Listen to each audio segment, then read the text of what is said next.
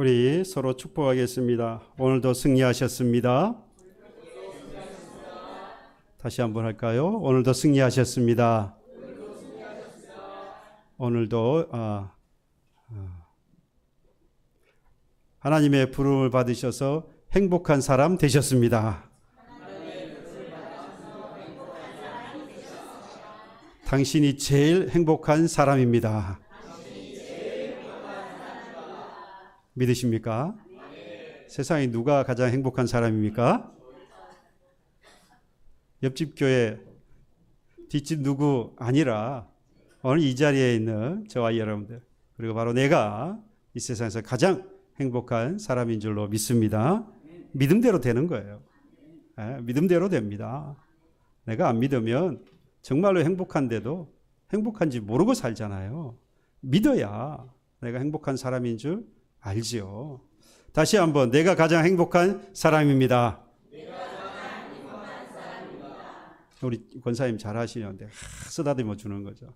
나를 쓰다듬어 주는 거예요. 그래, 네가 제일 행복한 사람이야. 네가 행복한 사람이야. 그런데도 불구하고 이 세상은 행복하지 못합니다. 얼마나 불안한 시대인지 말로 다 표현할 수 없습니다.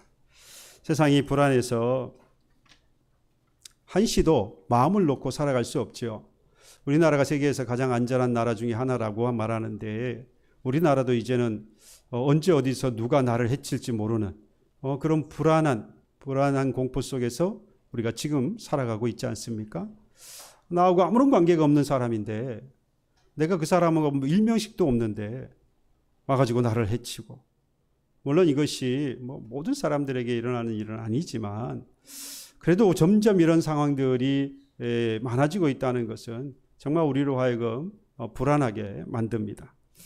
경제적으로 세상 세계 정치가 또는 세계 정세가 불안하다 이런 것들은 옛말 되지 않았습니까? 이제는 우리 바로 바로 내 곁에, 나의 주변에서 이러한 불안한 것들이 일어나고 있습니다. 그래서 그런지 한 인터뷰 기사를 제가 봤는데요. 한 직장인이 이렇게 고백했습니다. 오늘도 점집을 찾았습니다. 이번 달에만 3번째입니다. 묻고 싶은 것도 많고 듣고 싶은 것도 많습니다. 가족의 건강, 자식의 혼사 이런 건 물론 하고, 크고 작은 고민이 많아서 답이 필요할 때면 점쟁이를 찾습니다. 갈 때마다 10만 원, 20만 원씩 복채도 꼬박꼬박 냅니다. 그렇게 들어간 돈이 올해만 수백만 원이 넘습니다. 주변 사람들이 말려보지만 소용이 없습니다. 맞든 틀리든 일단 그분의 말씀을 들어야겠습니다. 또 한 대학생이 또 이렇게 고백을 했습니다. 처음 점집을 찾은 건 고3 때였습니다. 수능을 앞두고 점집을 방문해서 예상 성적이 어떻게 되는지 진하게 전망을 물었습니다. 점쟁이가 시키는 대로 생활 패턴도 바꿨습니다. 결과는 성공적이었습니다. 원하는 성적을 얻어서 좋은 대학에 진학을 했고, 이후 틈날 때마다 점집을 찾고 있습니다. 진로나 이성 친구에 대한 고민이 있을 때는 물론이고, 아르바이트 자리를 찾고 다이어트 할 때도 점쟁이에게 조언을 구합니다. 고민이 해결되지 않아도 일단 점을 보고 실행에 옮겨야 마음이 편합니다. 아멘입니까? 여러분, 요즘 시대에 이 점은 하나의 취미생활이 되었어요. 예전에는 이 점집을 좀 이렇게 나이가 많은 사람들이 자녀들의 혼사라든지 이사라든지 또는 취직에 관련해서 인생에 아주 중요한 기로에 있을 때에 이것들이 궁금하고 불안해서 찾아갔습니다마는, 이제는 남녀노소 불문하고 마치 취미생활처럼 아주 쉽게, 그 문턱이 너무 낮아져서 아주 쉽게 접하고 있습니다. 이제는 웹상에서 얼마든지 점을 볼 수가 있고요. 전화를 통해서 또는 여러 가지 SNS라든지 여러 가지를 통해서 쉽게 우리가 점을 볼 수가 있죠. 이렇게 다양하게 점을 보게 되어진 이유는 그만큼 점점 더 뭐하기 때문입니까? 확실하지 않기 때문이죠. 자꾸만 불확실하고 불확실한 것 때문에 점점 더 불안해지니까, 점점 불안함이 커지니까 누군가로 하여금 이야기를 듣고 싶은 거예요. 누군가의 말이 듣고 싶은 겁니다. 사랑하는 자녀들이여, 말을 듣고 싶거든 부모님을 찾아가세요. 부모님이 답을 알고 계십니다. 사랑하는 교우 여러분, 궁금하고 답답한 게 있으면 목사를 찾아오지 마시고 하나님을 찾으세요. 목사도 성도라 별로 아는 게 없습니다. 그저 좀 안다고 아는 척을 좀 할 뿐이지, 여러분 하나님을 찾아야지요. 하나님이 분명히 말씀해 주실 거예요. 여러분, 불안한 것 때문에 우리가 이 불확실함 때문에 불안함에 젖어서 잘못된 선택을 하고, 그래서 하나님과 점점 멀어지는 그런 세상을 오늘 우리가 살아갑니다. 이 점을 보고 있는 것에 대해서 심리학자인 이 한 교수가 이렇게 말합니다. 인간은 불안하고 고민이 있을 때 누군가의 말을 참고하거나 자신이 생각했던 방향으로 잘 가고 있다는 확신을 얻고자 한다. 그래서 점집을 찾아간다는 것이죠. 오늘 저와 여러분들 두렵고 때로는 불안과 공포와 불확실함 때문에 오늘도 불안한 마음을 가지고 계신다면 주님 앞에 묻기를 소망합니다. 주의 말씀을 듣기를 소망합니다. 세상에 다른 말 들으려고 하지 마시고 전능하신 하나님, 온전하신 하나님이 하시는 그 음성을 듣기를 소망합니다. 그러면 부족했던 것, 그리고 불안했던 것, 공포스러운 모든 것들이 다 해결되어질 것입니다. 여러분, 사람이 살다가 불편하고 또는 부족해서 어려움을 당할 때가 있죠.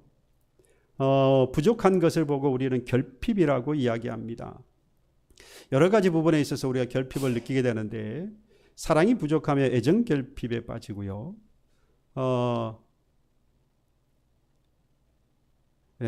영양분이 부족하면 영양 결핍에 빠집니다.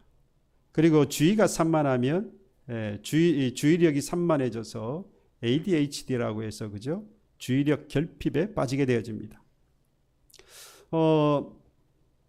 애정이 결핍되어진 사람들에게 처방전을 내렸는데 제가 보니까 의외였어요. 먼저 자신을 사랑하라고 합니다. 자기 스스로를 먼저 사랑하고 그러면 스스로의 자존감이 점점 생긴다는 겁니다. 여기서부터 애정 결핍이 치료된다는 거예요. 영양분이 부족해서 오는 결핍은 당연히 음식을 통해서 또는 건강보조식품 같은 이런 것들을 섭취해서 영양 결핍을 해결할 수 있습니다. 주의력이 산만해서 ADHD 같은 그런 주의력 결핍이 생기게 되어지면, 물론 이제 약물 치료도 받게 되어집니다만은, 이때는 본인보다도 주위의 사람들이 더 조심을 해야, 주의를 기울여야 한다고 합니다.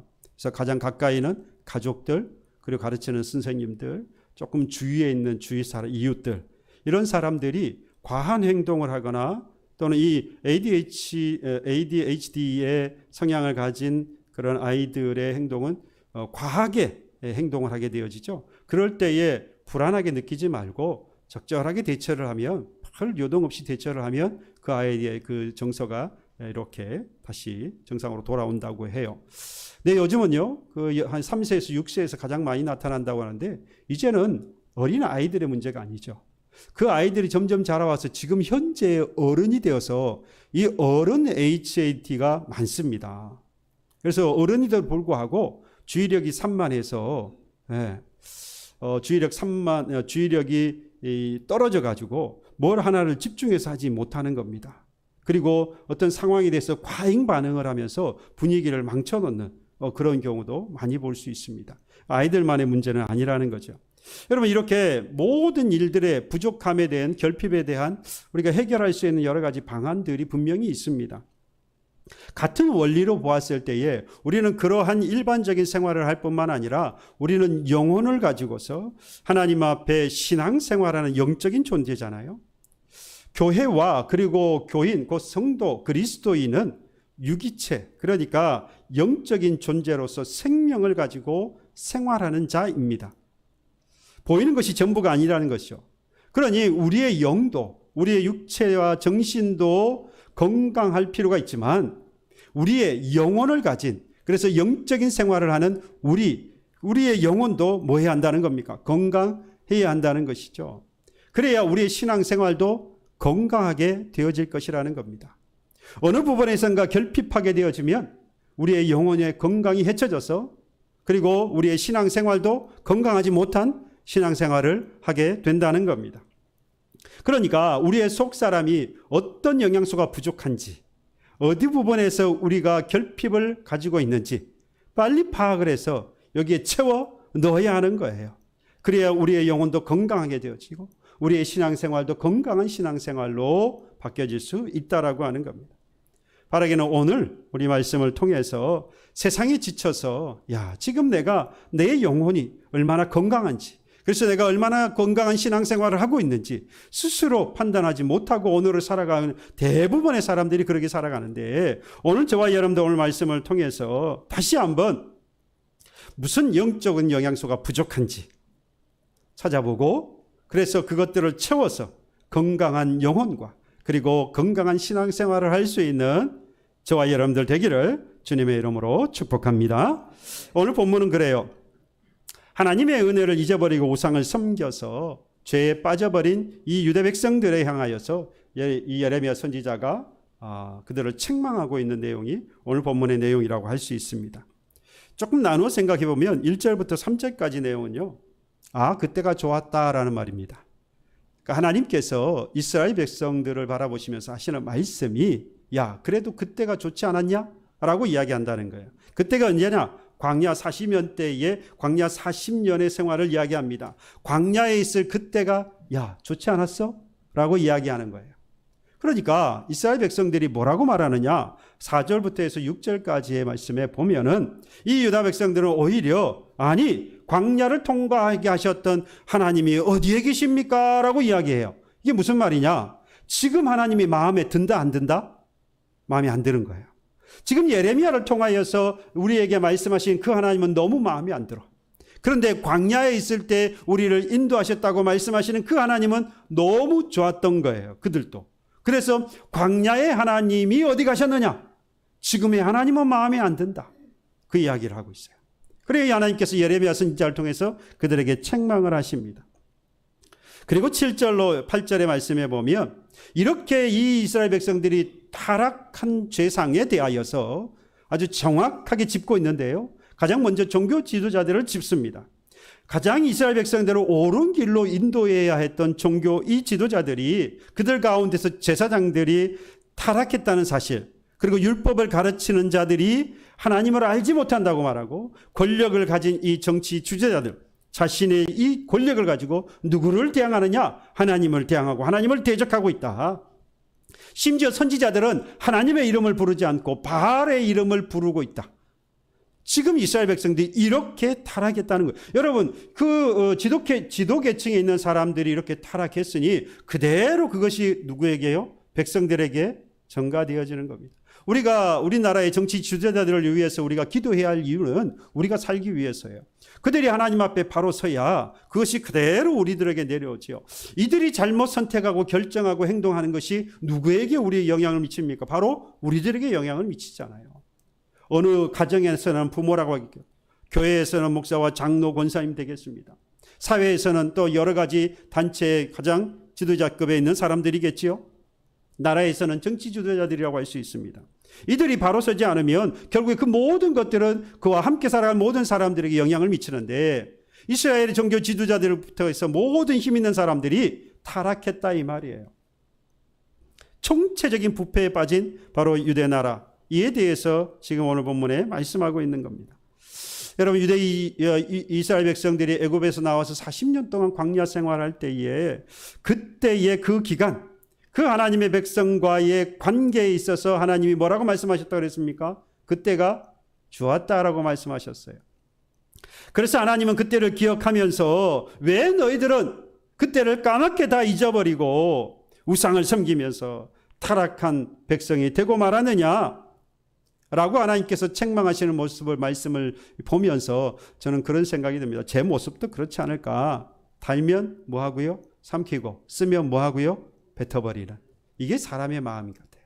사람의 모습이에요. 여러분, 이 단 것은 어제만 달았던 게 아니에요. 오늘도 단 거예요, 사실은. 달면 삼키고 쓰면 뱉는다는 말은요, 어제는 달았는데 오늘은 쓰더라는 거예요. 같은 걸 먹었어요. 같은 걸 먹었는데 어제는 단익인데 오늘은 먹으니까 쓴 거예요. 그래서 뱉어버린 거예요. 여러분, 누구에게 문제가 있는 거죠? 나에게 문제가 있는 거예요. 먹는 나에게 문제가 있는 거예요. 먹어봤더니 다니까 삼켰고 먹어봤더니 쓰니까 뱉어버린 거 똑같은 거였어요. 근데 내게 문제가 있는 겁니다. 어렵고 힘들 때 도와주었더니 그 은혜를 다 잊어버리고 언제 그랬냐는 것처럼 뱉어버리는 거죠. 하나님께로부터 돌아서 버렸다라는 겁니다. 지금 이스라엘 백성들이 그런 상황이에요. 그러면 하나님께서 기억하고 계셨던 그 광야에 대하여서 우리가 먼저 말씀을 살펴보려고 합니다. 여러분, 오늘 본문의 말씀에서 2절에 보시면 당시 광야에 있었을 때에 이스라엘 백성들에 향하여서 하나님께서 뭐라고 말씀하셨느냐? 가서 예루살렘의 귀에 외칠지어다. 이스라엘 백성들이 말해라. 여호와께서 이와 같이 말씀하시기를 내가 너를 위하여 내 청년의 때의 일회와 내 신혼 때의 사랑을 기억하노니 곧 씨 뿌리지 못하는 땅 어디에서요? 그 광야에서. 그 광야 어디겠습니까? 너희들의 조상 애굽에서 나와서 40년 동안 광야에서 생활했던 바로 그들, 그 광야에서 나를 따랐음이라 라고 말합니다. 과거 광야에서 이스라엘 백성들은 지금 뭐 했습니까? 건강했어요. 그래서 하나님께서 그때를 뭐라고 표현했느냐? 청년의 때라고 표현하고 신혼의 때라고 표현하고 있습니다. 광야에서 살았는데 그때가 청년의 때고 그때가 신혼의 때인 거예요. 여러분, 사실 광야라고 하는 것이 어떤 것입니까? 그렇지 못해요. 오늘 본문 2절에 정확하게 표현을 했어요. 2절 중하반절에 보면 이 광야에 대해서 곧 씨 뿌리지 뭐하는 땅? 못하는 땅 그 광야에서라고 그랬어요. 그 광야는 씨를 못 뿌리는 곳입니다. 먹을 것이 없는 것이고요. 항상 생명의 위협이 도사리고 있는 곳입니다. 의지할 것이 하나도 없는 곳이에요. 척박하고 위로함이 없는 곳입니다. 외로운 곳이에요. 그러니 이스라엘 백성들에게 광야 생활은요, 육체적으로나 정신적으로나 정말 힘든 생활이죠. 그 시기는 정말 어려운 시기입니다. 그런데 그 모든 이 어려운 환경을 다 이길 수 있었어요. 왜 그랬을까요? 그들의 신앙이 뭐였습니까? 건강했을 줄로 믿습니다. 그들의 신앙이 건강한 거예요. 그들의 영혼이 건강했던 겁니다. 그들의 영혼이 건강해서 그들의 신앙이 건강하니까 여러분, 광야인데 외롭고 힘들고 먹을 것이 없고 나를 위로하는 것이 없고 나의 위협하는 곳인데도 불구하고 뭐해요? 전혀 문제가 될 것이 없어요. 왜요? 건강하니까. 여러분, 그러면 건강하다는 게 뭘까요? 오늘 2절에 말씀했어요. 성경은 다 답을 합니다. 씨 뿌리지 못하는 땅인데 바로 그 광야에서 주님께서 그 광야를 청년의 때라 말하고 신혼의 때라고 말할 수밖에 없었던 것은 그들이 나를 뭐 했다고요? 따랐습니다. 이스라엘 백성들이 하나님을 따랐기 때문에 그 이스라엘 백성들은 영적으로 건강했고 그래서 그 신앙생활이 건강했던 거예요. 그래서 비록 광야였지만 전혀 부족함이 없는 그러한 삶으로 경험하면서 살아갈 수 있었다라는 것입니다. 여러분, 건강한 신앙은요, 환경에 좌우되는 게 아닙니다. 누구를 따르냐 따르지 못하느냐? 하나님을 따르면 건강한 신앙이고 하나님을 따르지 못하면 건강하지 못한 신앙입니다. 하나님을 따르면 그 영혼이 건강하고 하나님을 따르지 못하면 그 영혼이 건강하지 못한 것입니다. 바꾸어도 마찬가지예요. 영혼이 건강한 사람은 신앙이 건강하고 누구를 따라갑니까? 하나님을 따라가요. 영혼이 건강하지 못하면 그 신앙이 건강하지 못하여서 하나님을 따라가지 않는 자입니다. 여러분, 축복합시다. 당신은 건강한 신앙의 소유자입니다. 광야에서 하나님을 따라갑시다. 이스라엘 백성들은 그러지 못했어요. 씨 뿌리지 못하는 광야에서 여러분들 그곳에서조차도 그 씨 뿌리지 못하는 그 광야에서조차도 그 하나님을 따라갔던 이스라엘 백성 아닙니까? 그런데 정말로 하나님이 약속하셨던 풍요로운 땅, 가나안 땅에 들어가서는 여러분들, 그들은 하나님을 따르지 않았어요. 그들의 신앙은 뭐 했습니까? 병들어 버렸어요. 그들의 영혼은 어떻게 된 겁니까? 병들어 버린 겁니다. 결국 하나님을 따르지 않으면 그의 환경과 관련 없이 하나님을 따르지 않으면 병든 영혼이고 병든 신앙생활을 할 수밖에 없는 겁니다. 여러분, 그럼에도 불구하고 어려울 때 의지하고 편안해지고 풍족해지면 떠나버리는 이스라엘 백성들, 그러나 예레미야 선지자를 통하여서 하나님은 뭐라고 말씀하시느냐? 내가 너를 사랑한다고 말씀하십니다. 특별히 그 광야를 기억하시면서 왜 하나님께서 이 광야를 다시 들먹이면서 말씀하겠습니까? 그 광야가 좋았지 않느냐라고 왜 하나님께서 말씀하시겠어요? 그 이스라엘 백성들, 죄로 인해서 타락한 그들을, 하나님을 따르지 않는 그들을 향하여서 여전히 하나님은 뭐하고 계시니까요? 사랑하시기 때문이죠. 특별히 그 광야를 기억하면서 얼마나 그때가 좋았던지 하나님은 그 광야의 때를 오늘 2절에 뭐라고 표현했다고요? 내가 너를 위하여 네 청년의 때의 인애와 내 신혼의 때의 사랑을 기억한다. 기가 찰 노릇이 아닙니까? 광야의 때를 이스라엘의 무슨 때로요? 청년의 시절로 이야기해요. 그 광야의 때를 막 결혼한 신혼 시절로 이야기합니다. 책박했지만 얼마나 그 광야의 때가 얼마나 사랑스럽고 행복했으면 청년의 때, 신혼의 때라고 표현했겠습니까?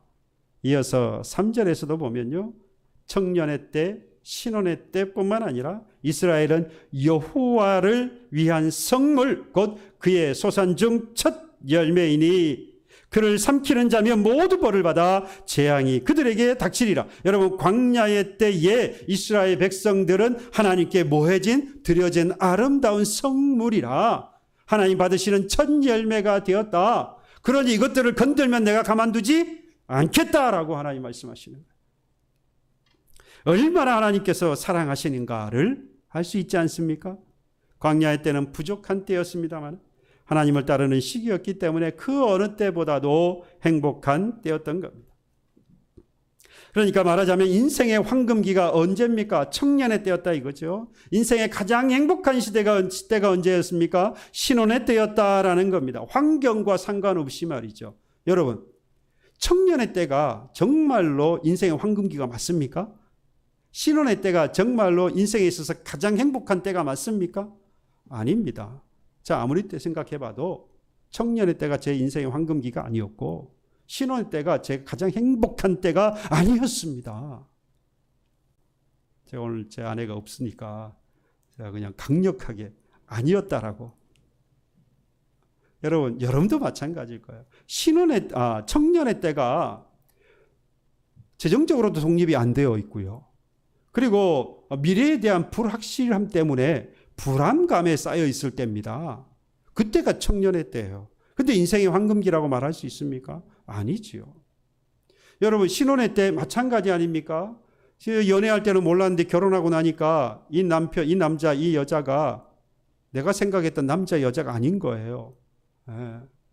내가 그래서 이 남자, 이 여자를 남편으로, 아내로 맞이해서 평생을 살아가도 될까? 의문이 생기는 때가 신혼의 때 아닙니까? 여러분들은 그냥 좋아서 그냥 신혼의 때 그냥 무조건 행복했는지 모르겠지만 제 생각은 좀 달라요. 야, 이거 이렇게 살아도 되나? 이게 정말로 신혼 맞나?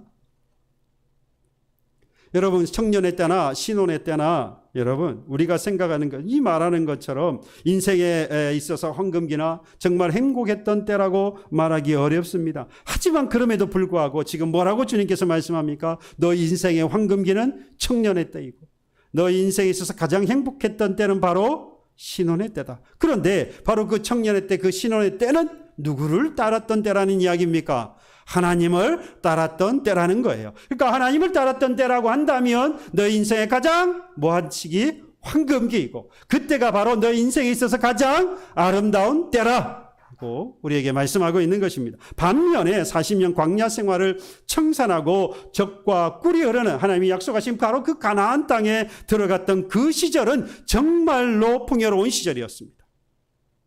이제는 무엇을 먹을 것인지 무엇을 마실 것인지 어떻게 살아가야 할 것인지 어디서 살아야 할 것인지 전혀 고민할 필요가 없는 정말로 풍요로운 그러한 때입니다. 더 이상 떠돌아다니지 않아도 되는 거예요. 전세, 월세 살지 않아도 돼요. 이제 내 집을 마련한 때입니다.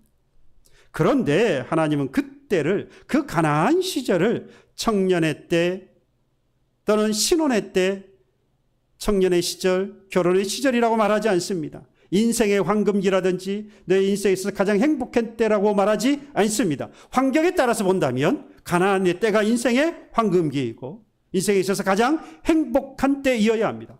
바로 지금 저와 여러분들의 인생이 바로 환경에 있어서 광야에 있을 때보다 훨씬 이전에 30년, 40년 전의 삶보다 여러분들 훨씬 더 윤택한 가나안의 삶을 살고 있잖아요. 제가 보기엔 그런데 여러분 실제로 안 그런가요? 다른 사람하고 비교하지 말고요. 나의 삶을 되돌아보세요. 훨씬 지금이 풍요롭게 살아갑니다.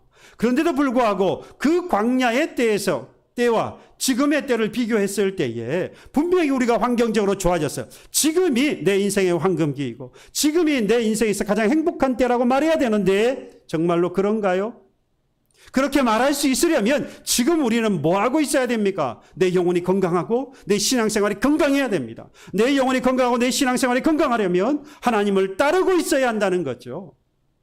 그렇다고 한다면 여러분 설령 30년, 40년 전, 아니 작년보다 오늘 더 못하다고 할지라도, 환경은 더 어려워졌다고 할지라도, 내 건강이 예전보다 못하다 할지라도 지금이 뭡니까? 인생의 황금기이고 지금이 뭡니까? 인생에서 가장 행복한 때라는 겁니다. 비록 지금 잘 먹고 잘 살고 더 이상 걱정할 것이 없는, 건강하여서 자식도 잘 되고 더 이상 부러울 것이 없는 삶을 산다고 할지라도 하나님을 따르지 않아서 오늘 내 영혼이 죽은지도 모르고 살아가고 내 신앙이 어떻게 되었는지도 모르고 살아간다면 여러분 그 사람은 인생의 황금기가 아니에요. 지금 그때가 여러분 인생에 있어서 행복한 때가 아닙니다. 착각하고 있는 거예요. 여러분 이스라엘 백성들이 병들었습니다. 신앙이 병들면 나타나는 여러 가지 현상들이 있어요. 더 이상 풍성해져도 안락해졌는데도 이제는 행복하지 않아요. 이젠 기쁘지 않습니다. 이제 만족도 없어요. 인생이 아름다워 보이지 않습니다. 병들면 이런 일들이 나타나요. 병들면 입맛이 없어서요. 산의 진미가 소용이 없지요. 병들면 의욕이 없어서 사는 게 별 재미가 없습니다.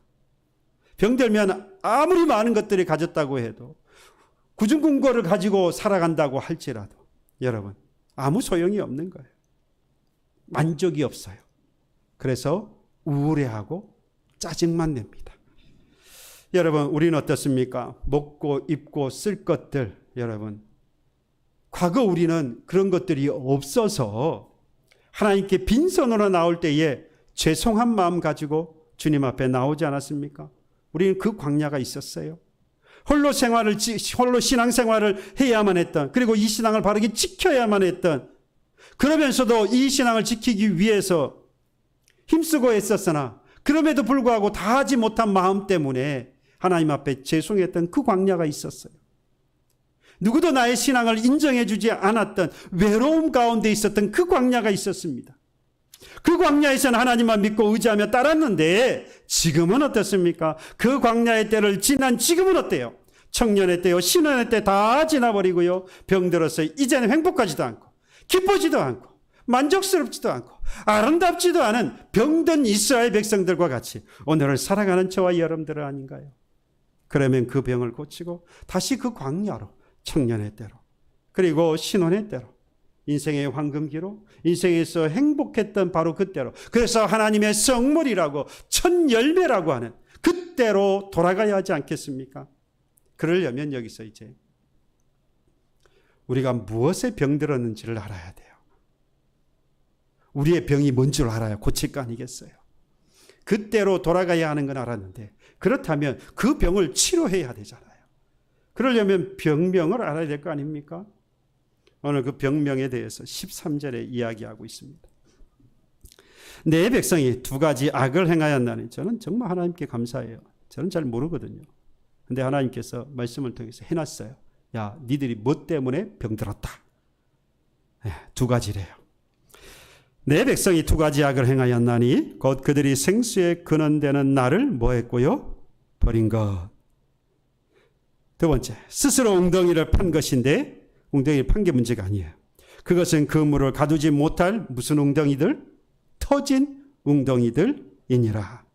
여러분, 두 가지 악이 있습니다. 먼저 보니까 그들이 생수의 근원이 되는 하나님을 버렸다라고 말합니다. 하나님을 버렸다라고 하는 것을 바꾸어 말하면 하나님을 잊어버렸다라는 말입니다. 이제는요, 가나안에서 살다 보니까 더 이상 광야에서 만났던 그 하나님이 뭐 하지 않아요? 필요치 않는 겁니다. 충분한 생활을 살고 있어요. 부족함이 없는 인생에 있어서 부족함이 없는 생활을 하고 있는 겁니다. 하나님 없이도 이제는 살아갈 수 있겠다라고 생각하는 거예요. 하나님 없이도 살아가겠다라고 생각하는 것은 이제 그 하나님을 뭐 한 거죠? 버린 거죠. 버렸어요. 이전에는 여러분, 광야에 있을 때에 하나님께서 태양을 가려주셨습니다. 그리고 밤의 추위와 어두움을 불기둥으로 밝혀주셨어요. 광야에서 비록 먹을 것이 없었습니다만 하나님께서 만나와 메추라기로 먹여주셨고 반석을 쳐서 물을 내주셔서 마셨습니다. 비록 이것들이 풍성하지는 않아요. 그러니 광야의 때는 분명히 부족하지만 누구를 따라갑니까? 하나님을 따라갔습니다. 그런데 그들이 가나안에 들어와서 완전히 상황이 바뀌었어요. 땅을 차지하게 되었고요. 농사를 짓고요. 먹을 것을 쌓아두게 되었습니다. 그러니 이제 하나님 없이도 살 수 있을 것 같은 거예요. 심지어 7절 8절 앞서도 말씀드렸습니다마는 이 제사장들도 하나님의 이름을 어떻게 부릅니까? 그냥 대충 불러요. 율법을 가르치는 자들도 하나님을 모릅니다. 관리들도 아예 하나님을 거역해버리고 대항하고요. 예언자들은 바알의 이름을 부르기 시작합니다. 여러분, 바알의 이름을 부른다는 이야기를 바꾸어 말하면 뭐라고 하느냐? 복을 구했다 이 말입니다. 여러분, 하나님을 찾아보니까 지금 이 하나님을 부르려고 하니까 예레미야 선지자를 통해서 뭐라고 말하느냐? 너희들은 멸망한다고 말하거든요. 회개하지 않으면 멸망한다고 말하거든요. 그런 하나님을 찾느니 누굴 찾겠다는 겁니까? 복 주겠다고 약속하는 바알을 찾겠다는 거예요. 그 예언하는 선지자들이 뭐라고 그러느냐? 바알을 찾는 겁니다. 복 주실 것이다.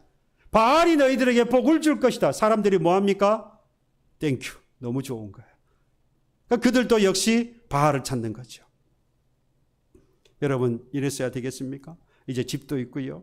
사는 집도 있고, 직장도 좋은 직장 구했고, 통장에 돈도 있고, 더 이상 하나님 필요 없어요. 생활이 풍요로워졌다고 여러분 그러면 정말로 하나님이 없어도 되는 겁니까? 그래서 기도하지 않는 건가요? 그래서 하나님의 말씀을 듣지도 묵상하지도 않는 겁니까? 따르지 않아도 되는 겁니까? 여러분 그래서 그렇게 사나요? 혹시 그럽니까? 아니기를 소망합니다. 그저 내게 복을 주는 자이면 그 누구라도 상관없다고 여러분 그래서는 안 됩니다. 하나님을 떠나는 것은 인생에 있어서 가장 심각한 문제입니다. 죄는 하나님을 떠난 것에서부터 시작되지 않았습니까? 창세기 3장에 인간이 하나님을 떠나는 그 순간부터 죄를 범했고요. 그 순간 모든 것을 잃어버렸습니다. 이스라엘이 하나님을 떠나자 이스라엘은 더 이상 하나님의 사랑의 대상이 아니라 이제는 하나님의 심판의 대상이 되어버렸고요. 이제는 하나님의 사랑의 대상이 아니라 이제는 하나님의 근심거리가 되고 말았습니다. 여러분 우리는 하나님을 잊어버려서는 안 돼요. 하나님을 잊어버리면 죄를 범하고 죄를 범한 자는 하나님의 사랑의 대상에서 벗어나서 이제는 근심거리가 되어지는 것입니다. 어떤 좋은 환경과 그리고 여건에서 살게 되었다 할지라도 어느 때를 잊지 마시기 바랍니다. 광야의 때를 잊지 마시기를 바랍니다. 그 광야에서 인도하셨던 그 하나님을 잊지 마시기를 바랍니다. 뿐만 아니라 이스라엘 병 두 번째가 뭐였습니까? 스스로 물을 가두지 못할 터진 웅덩이를 판 것입니다. 팠다 이 말이에요. 웅덩이는 저수지를 말합니다. 특히 이스라엘 같은 경우는 정말 저수지가 중요합니다. 우기가 건기보다 짧아요. 그것도 문제이고 그 다음에 샘이라든지 하천이 발달하지 못했습니다. 광야가 많아요. 그러다 보니까 이 우기 때 내리는 짧은 기간이지만 우기 때 내렸던 그 물들을 잘 가두는 것이 정말로 중요해요. 그래서 집집마다 이 저수시설을 갖추고 있습니다. 이 저수시설을 잘 만들어야 되죠. 튼튼하게 만들어야 됩니다. 그래서 이 반석이 있는 데까지 잘 파서 벽들은 회치를 잘 여러 급 해서 그래서 물이 새지 않도록 틈이 생기지 않도록 그래서 물이 빠져나가지 않도록 잘 만들어야 되죠. 그렇지 않으면 잘못하면 물이 다 새버려서 결국 이건 그냥 물이 새는 것으로 끝나는 게 아니라 생명이 새 나가는 것과 같은 거예요. 생명입니다. 그런데 하나님은 그들이 판 웅덩이는 물을 가두지 못할 뭐라고 말합니까? 터진 웅덩이라고 말씀합니다. 아무리 튼튼하게 만든 웅덩이라도 금이 가버리고 틈이 생겨서 모아둔 물이 다 빠져나가버린 그러한 터진 웅덩이는요, 아무짝에도 쓸모없습니다. 이제는 생명의 위협을 받게 됩니다. 그러면 어떤 웅덩이가 터진 웅덩이냐? 여러분, 바로 불신앙입니다. 불신앙이 바로 터진 웅덩이에요. 13절에 보았습니다마는 생수의 근원되는 하나님을 버리고 스스로 웅덩이를 팠다라고 하죠. 스스로 팠다는 말이 뭐겠어요? 더 이상 하나님이 필요 없다는 이야기입니다. 얼마든지 내가 웅덩이를 파서라도 내가 살 수 있다 없다? 이제는 살 수 있다. 하나님 없이 내가 살 수 있다고 말하는 것이 바로 불신앙이에요. 잠언 3장 5절 6절 말합니다. 너는 마음을 다하여 여호와를 의뢰하고 내 명철을 의지하지 말라. 너는 범사에 그를 인정하라. 그리하면 내 길을 지도하시리라. 여러분, 모든 일에 범사에 있어서 하나님을 의뢰하고 하나님을 인정하는 것. 여러분, 언제부턴가 우리는 하나님 없이 물질로 살 수 있다고 하는 물질의 웅덩이를 팝니다. 하나님 없이 지식으로 살 수 있다고 지식의 웅덩이를 파요. 사업을 붙들고 그 사업으로 살 수 있다고 사업의 웅덩이를 팝니다. 세상의 권세를 의지하며 살려고 권세의 웅덩이를 팝니다. 하나님보다 자식을 더 의지하면서 거기에 소망을 두면서 살려고 자식의 웅덩이를 파요. 그러나 여러분, 하나님을 떠나서 파놓았던 그 재산, 그 사업, 그 지식, 여러분 그 권세, 그 자식, 그건 전부 다 뭐한 웅덩이예요? 터진 웅덩이예요. 아무짝에도 쓸모없습니다. 하나님을 의뢰하고 하나님을 인정하고 판 웅덩이는 다르죠. 그건 달라요. 그건 터진 웅덩이가 아닙니다. 하나님을 떠난 인간은 생수의 근원을 대체할 무엇인가를 스스로 찾게 되어 있습니다. 그것이 바로 스스로 웅덩이를 파는 노력이라고 할 수 있죠. 자신의 힘으로 살아보려고 최선을 다하며 애쓰는 모습, 이게 바로 오늘 우리가 살아가는 자화상입니다. 그런 노력으로 나름대로 성공을 거두면 주변의 사람들이 감동을 받기도 하고요, 그거에서 희망을 노래하기도 합니다. 희망을 가져봐요. 그러면서 훌륭한 사람으로 훌륭한 사람들이라고 인정하기도 합니다. 하나 여러분, 아무리 큰 성공을 거뒀다고 할지라도 하나님을 떠나서 하나님을 따르지 않고 이룬 성공, 여러분 스스로 판 웅덩이입니다. 여러분, 인간이 웅덩이를 팔 수 있을지는 몰라도 그 웅덩이에 물을 고이게 하시는 분은 하나님이세요. 하나님이 물을 주셔서 웅덩이에 고이게 하시지 않으면 우리가 판 그 모든 것들은 터진 웅덩이라 여러분 아무 쓸모가 없는 겁니다. 도리어 우리는 그곳에 파묻혀 죽을 겁니다.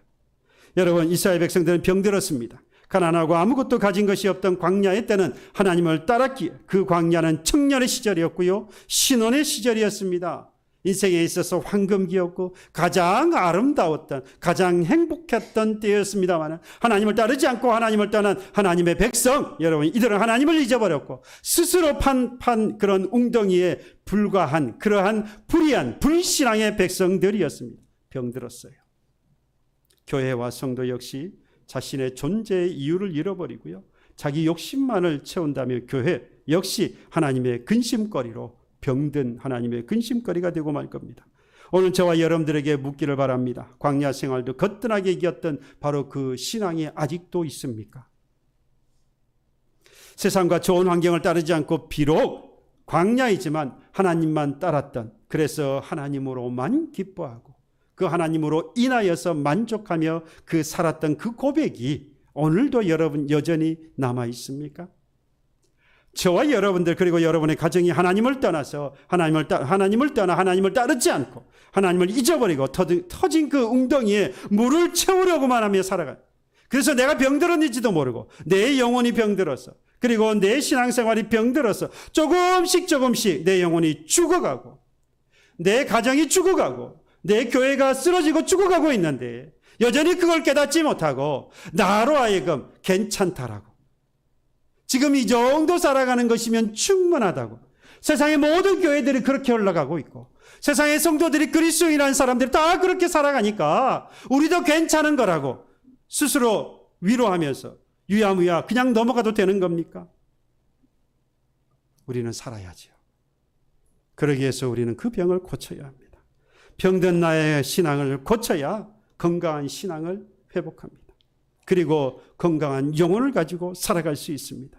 그러기 위해서 우리는 누구를 따라야 합니까? 하나님을 따르기를 축복합니다. 다시 한번 청년의 시작, 신혼의 시작, 내 인생의 황금기를 맞고 다시 한번 오늘이 여러분들의 인생에 있어서 가장 행복한 날이 되기를 주님의 이름으로 축복합니다. 그러기 위해서 오늘 저와 여러분들 하나님을 따라가는 주의 백성 되기를 주님의 이름으로 다시 한번 축복합니다. 찬양하겠습니다. 찬송가 407장